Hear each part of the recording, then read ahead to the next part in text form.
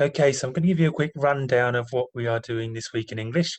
So we're looking at writing an adventure story this week, something along the lines of sort of Indiana Jones and that kind of thing. So you're visiting kind of strange worlds and uncovering secrets and that kind of idea. So we'll go through each day and I'll give you some idea of kind of the things I'm looking for. So the first day here, we're just getting the theme of the story. So getting the idea of what your story might become. And in the Dropbox, there'll be a copy of the start of the story, which I've written. All I want you to do in this day is to read that through and see if you can talk to someone about how you think that story is going to go. Note down any ideas you've got, whether you think they're silly or not.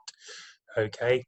And then have a little game of word tennis with words to describe a cave, particularly, because that might be one of the settings you come across. So that's just to go with a partner and you go one at a time trying to say words that might describe.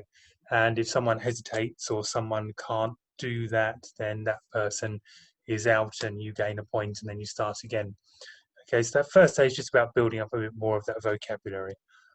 On day two, I want you to see if you can get out and take a walk around and see if you can find anything that might help you with your settings and your ideas for your story. So if you can, take a camera, take some photographs and even of street names and things like that. There's a little bit in the instructions about J.K. Rowling and how she got the name Severus for Severus Snape from a street she passed every day on her way to work.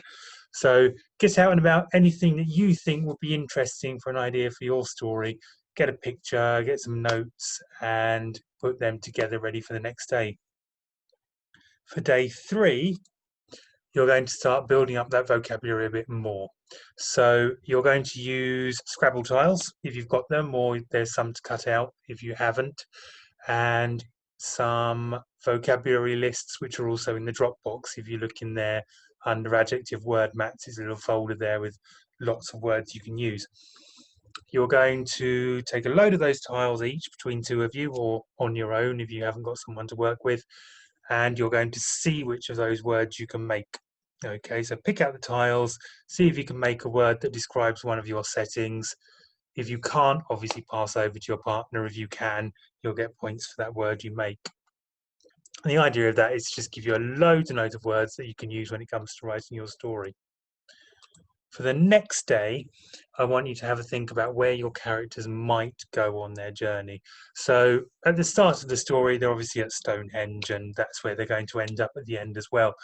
But at Stonehenge, obviously, at the start, as you will have read, they find a way down underground. So some stairs appear and they go down there, and then they go, well, anywhere you decide.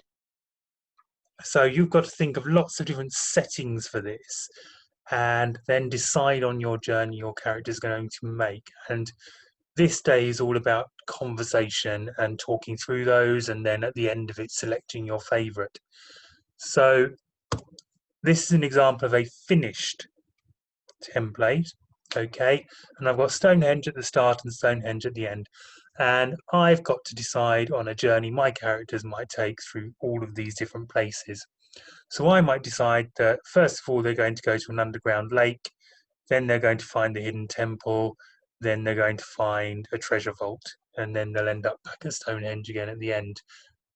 So while I'm doing that, hopefully if you've got someone to work with while you're doing that, you can talk about how they get to these places, what they find there, what they think of them, okay, and go through several different ways. So try different directions and see which one ends up being your favorite. And that's the one you'll take forward to use for your story. And finally, on day 5, you'll have a go at mapping out. Now, you can see a map of Narnia here. I'm sure lots of you have either seen or read about Narnia before. And you can see how much detail is put into all those different areas in Narnia, even down to the coast and Cair Paravel and the areas that are on the coast there, all the way into the wardrobe and lamp post and so on. So you have to think about a map of what your characters will find and what they will go through while they're underground. Remember, it's kind of a fantasy. It's not got to be realistic. So where your characters go through doesn't necessarily have to make sense as to what you think you would find underground. Okay, so map out your character's journey, map out all those different areas they may or may not go to. If you want to make it seem more authentic, more old, then you can always use a tea bag to kind of stain the paper and make it older as well. And try and put in as much detail as you can into that map. Okay, and then we'll take all those ideas forward next week and we will start to think about what your characters are going on their journey for and the journey they will take and all the struggles that will come across as they do that. So this week of planning all these ideas is really important going towards that. Okay, I very much look forward to seeing what you come up with. I know I love doing these ideas because there's so much imagination you can use behind them. All right, so have fun, and I look forward to seeing what you come up with.